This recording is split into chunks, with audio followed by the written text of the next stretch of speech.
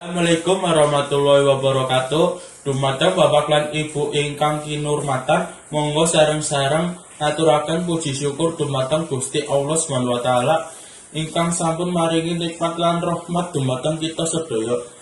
Saengga saged kumpul wonten mriki kangge mengerti kesehatan. Sholawat ugi boten supe kangge dumateng Nabi Agung Muhammad sallallahu alaihi wasallam ingkang tansah kita ngentosi syafaatipun teng dinten akhir.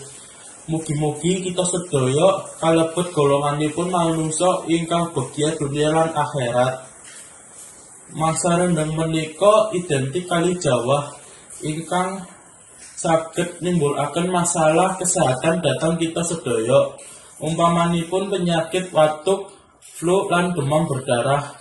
Mula menika monggo kita tansah yagi badan piyambak. Caranipun umpami dahar ingkang bergizi, yagi kebersihan lingkungan lan boten buang sampah sembarangan.